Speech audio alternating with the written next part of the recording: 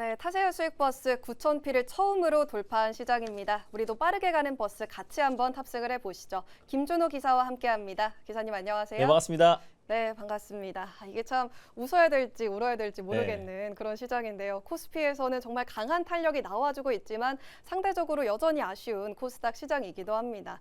그래도 반도체 소부장에서는 버스별로 좀 다른 색깔이 돋보이고 있고요. 예스티가 오후장에 갑자기 빠르게 갔고 우리가 기사님이랑 같이 금요일장에서 탑승을 했었던 PSK가 그래도 나름대로 코스닥 쪽에서 선방하면서 달려가고 있어요. 네, 일단 오늘 뭐 코스닥이 장중에 3%까지 밀렸는데 아무래도 지금 이제 FOMC 끝나고 나서 불확실성도 해소가 됐고 또 그리고 이란과의 또 이제 MOU도 체결했다는 소식이 나와줬는데 글로벌 증시는 지금 탄탄하거든요. 어제 낙폭도 미증시는 회복하고 있고 그럼에도 불구하고 코스닥이 좀 많이 밀리고 있는 이유는 펀더멘털 측면보다는 지금 센티멘탈, 심리적인 측면이 굉장히 강하다라고 좀 판단이 되고 있습니다. 아무래도 또 코스피에 또 이제 9,000선까지 돌파를 하고 또 코스피도 사실 9,000선까지 갔다고 했지만 결국 삼전닉스라든지 그리고 이제 MACC의 대장주인 삼성전기 같은 일부 기업에만 극단적인 수급 쏠림이 나와주면서 900개 종목 중에서 800여 개 종목들이 하락에 나와주고 있고요. 그리고 코스닥도 1,500개 가까운 전 섹터 전업종이 대부분 조정에 나와주고 있는 상황이라서 수급 쏠림으로 인한 결국 수급 이슈로 인한 어떤 조정 흐름이 나와줬기 때문에 코스닥도 저는 결국 올라갈 수밖에 없다고 보고 있습니다. 그 이유에 대해서 정말 자세하게 오늘 장 끝나고 공개방송에서 말씀드리기도 하겠지만 결국 저는 소부장 기업들이 그 안에서도 강력하게 코스닥 상승을 견인할 수 있다라고 좀 보고 있는 게 아무래도 7월부터 이제 본격적인 이제 어닝시 시작되잖아요. 그래서 실적이 좀 부합할 수 있는. 근데 제가 이제 PSK를 계속 강조해 드렸던 것도 사실 전공정 장비가 WBS에서도 사실 국내 또 그리고 한국의 소부장 특히 그 안에서도 전공정 장비 업체들의 슈퍼사이클이 이제 시작이다, 초입이다라고 최근 보고서가 발행이 됐는데 그 안에서도 전공정 장비 기업들 중에서도 증체 장비 기업들이 최근에 좀 강하게 올라가지기도 했지만은 전공정 장비사 중 수익성이 최상위권으로 진입한 영업이익률이 한 30%를 돌파한 가장 강력한 매출 성장세가 나와주고 있는 기업이 저는 이제 PSK다라고 말씀을 드렸습니다. 그러니까 오늘 같은 시장에서도 강력하게 저가 매수가 유입되면서 한 7% 정도 추가 상승 흐름이 나와주고 있다라고 보시면 될 것 같고요. 그래서 주력 제품인 드라이 스트릭 관련해서는 경쟁사가 없다라고 보시면 될 것 같아요. 그래서 글로벌 지금 1등의 가장 이제 대표 전공정 장비 업체고 그 외에도 건식 세전 장비 드라이 클리닝 같은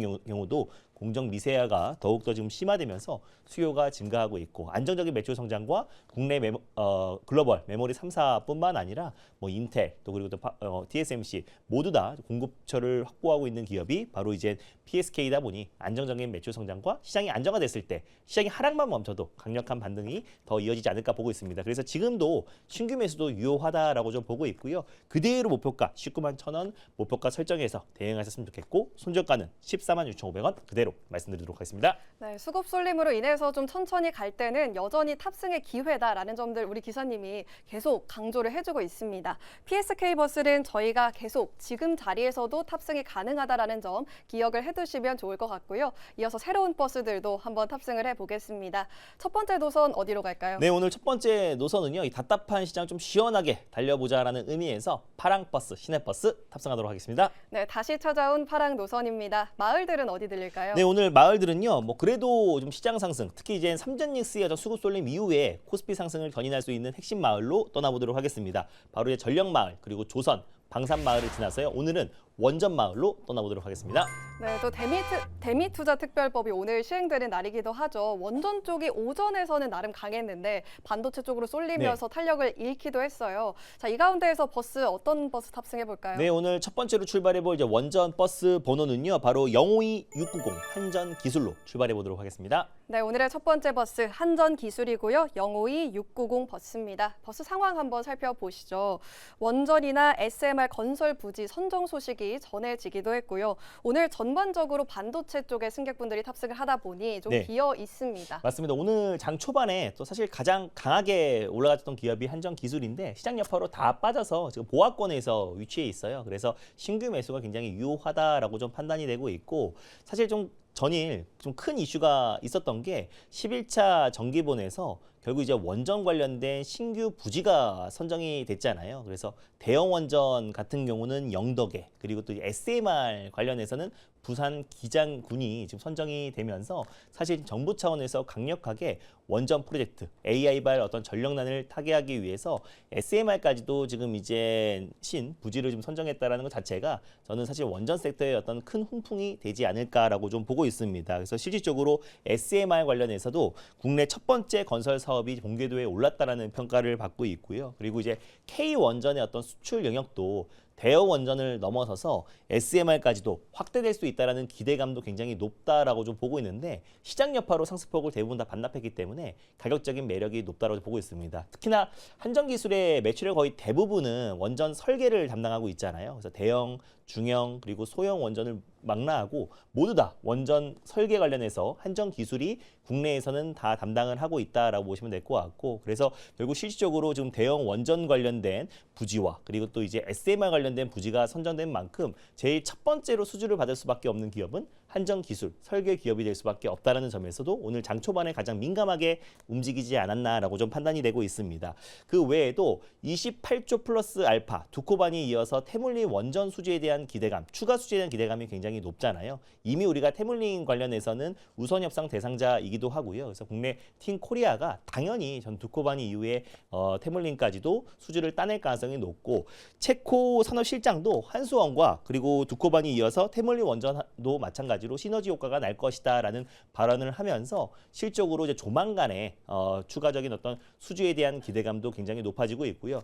사실 체코뿐만 아니라 유럽 쪽에서도 지금 탈원전을 계속 확대하고 있는 시점이잖아요. 그러다 보니 결국 이제 팀 코리아 중심으로 유럽 쪽에서의 어떤 원전 수주가 조만간 나와줄 가능성도 굉장히 높다. 그 기대감만 본다고 하더라도 한전기술이 가장 첫 번째 수주를 따낼 수 있는 기업이라는 점에서도 저는 매력도가 높다라고 좀 보고 있습니다. 그 외에도 일단 마누가 이어서 이제 마스가 프로젝트, 그리고 마스가 프로젝트에 이어서 마누가 프로젝트인데 결국 이제 한국과 미국 간의 원전 프로젝트가 본격적으로 이제 가동될 수 있는 시점이 아닌가라고 좀 보고 있는 게, 결국 이제 트럼프 대통령도 11월 중간 선거 전에 뭔가 이제 성과를 내야 되는 시점이기도 하고요. 그러다 보니 11월 전 중간 선거 전에 원전 착공 같은 어떤 이제 성과가 입증돼야 되는 시점이 아닌가라고 좀 판단이 되고 있습니다. 그래서 본격적인 이제 10기 어떤 건설, 2030년까지 거의 10기 건설을 지금 목표로 두고 있는데, 결국 이제 한국과 또 일본과 같이 협력을 해서 결국 원전 착공의 첫 삽은 올해 안에 뜨지 않을까라고 좀 보고 있고요. 실제로 이제 미국 원전 시장에 거는 기대가 굉장히 좀 높다라고 좀 보고 있고, 그 안에서 이제 마누가 프로젝트가 본격적으로 가동된다고 했을 때 한전 기술의 역할이 좀 클 수 있다고 좀 보고 있는 게, 사실 이제 설계는 보통 웨스팅하우스가 대형 원전은 거의 담당을 할 것으로 보여지고 있고, 시공은 이제 우리나라 국내 기업들이 할 것으로 보여지는데, 지금 대형 원전만 할 수 있는 게 아니잖아요. SMR 쪽으로 간다고 했을 때는 얘기가 달라집니다. 그래서 왜냐하면 웨스팅하우스 같은 경우는 대형 원전 쪽에 원천 기술을 보유하고 있지 않기 때문에 결국 SMR 쪽 사업까지도 확장된다고 했을 때는 한전기술의 SMR 관련된 또 설계가 같이 담당이 될 수밖에 없다라고 보고 있고, 중동 쪽에서도 이제 원전 건설 얘기가 나와주면은 이미 사우디와 SMR 프로젝트를 같이 진행했던 한전기술이 가장 큰 수혜 기업이 될 수 있다라는 점에서 오늘 탑픽 종목 선정해봤습니다. 네, 한전기술버스 최근 들어서는 계속 빨간불 켜고 달려가려는 시도가 나타나고 있는데요. 자, 그렇다면 이 버스도 다소 이 반도체 쪽의 쏠림이 완화됐을 때 빠르게 달려갈 수 있는 버스일까요? 네, 일단 원전 관련된 어떤 주요 이슈들은 대부분 다 나와주고 있는 것 같아요. 그래서 특히나 저는 이제 원전 관련해서 이제 신규 부지가 선정됐다라는 점도 가장 큰 호재고, 그리고 조만간에 체코의 어떤 태물린 수주까지 이어진다고 했을 때는 저는 강력하게 상승이 나올 수 있는 부분이 아닌가. 그래서 이미 뭐 주가 조정은 큰 폭으로 나와줘서요. 가격과 기간 조정은 충분히 나와줬다라고 보고 있고, 이 구간에서 변동성이 나온다고 하더라도 제한적이지만 기대 수익 자체는 클 수밖에 없는 구간이다라고 판단됩니다. 그래서 현재가 부근에서 편안하게 1차 매수로 접근하였으면 좋겠고요. 목표가는 15만 1,000원 라인대를 1차 목표가로 설정해 보도록 하겠고, 손절가는 11만 7,000원 말씀드려보도록 하겠습니다. 네, 한전기술버스 우리는 목표가 15만 1,000원으로 형성을 한번 해보고요. 끝까지 같이 한번 탑승을 해보겠습니다.